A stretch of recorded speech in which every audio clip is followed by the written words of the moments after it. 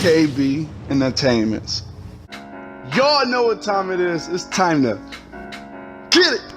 It's time to hope y'all boys. Oh, man. It's time to talk about these layups, man. There's a lot of people out there just missing layups. They really don't know how. There's a lot of people that is decent in layups. Well, it's time to hope for all y'all out. And after watching this will improve your layups 10 times better.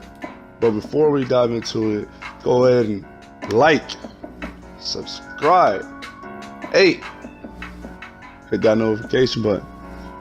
Now it's time to dive into it. Man, the layups can be very, very annoying. Especially if you don't really realize how to get good layups. Now, I'm about to break it down too.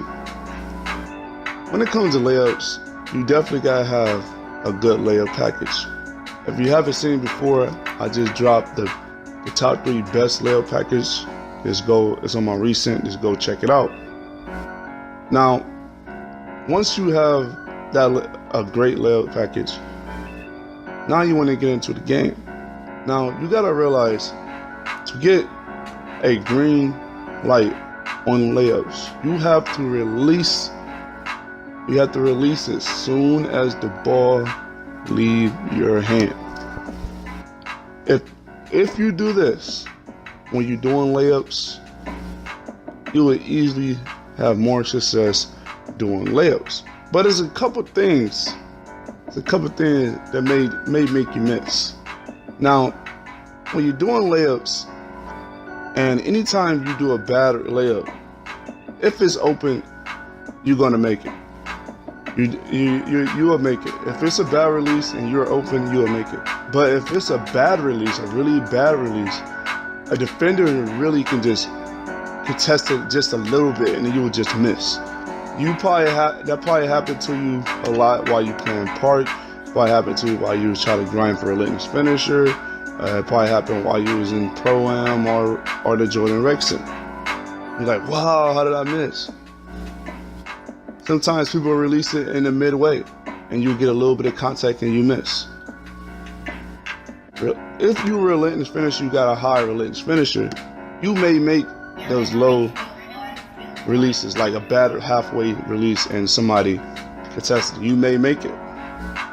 But if you release it near when the ball leave or just a little bit before, it'd be really good too, and you can still make a high percentage in layups. You just have to play smart, very, very smart. But I'm gonna give you some more tips about these layups. Now, the layups are very, very, very different. We all know this, but it's something y'all probably just don't know, and I'm about to educate you. Now, when you're doing a layup, if you're left-handed, if you do layups involving your left hand, like using the analog, when you're doing layup, the best way to do layups is using the analog. But when you do layups with your dominant hand, you have a higher chance of making it. Or when you're using the analog. So for example, let's say there's the defender on the left side of me. He's like really focused on my left side for some reason, or you maybe running on the fast break and he on my left side. If you use that analog and you just want to do a layup, all you have to do is aim the analog away from that defender, and you will do a right hand layup. Or if that defender's on the right side of you and you kind of run on the fast break, you can do that left hand layup. That will give you a higher chance at hitting those layups. Always keep that in mind. Now, this time around, let's talk about the floaters. The floaters are a lot better in the past in 2K19. If you got a high teardropper, the floaters can be very effective. As soon as you like about to go into the paint, they may think you about to run into the paint, and you just throw up a little quick floater. Yeah, but the floaters timing is a lot harder. Right? It's a lot harder. It's very quick, extremely quick. So you probably want to come to this practice room, and you just probably want to constantly do floaters just to get just to understand how quick the floaters really are in the game. But I'm telling you, if you got teardrop and you got great timing on them floaters, GG, say goodbye.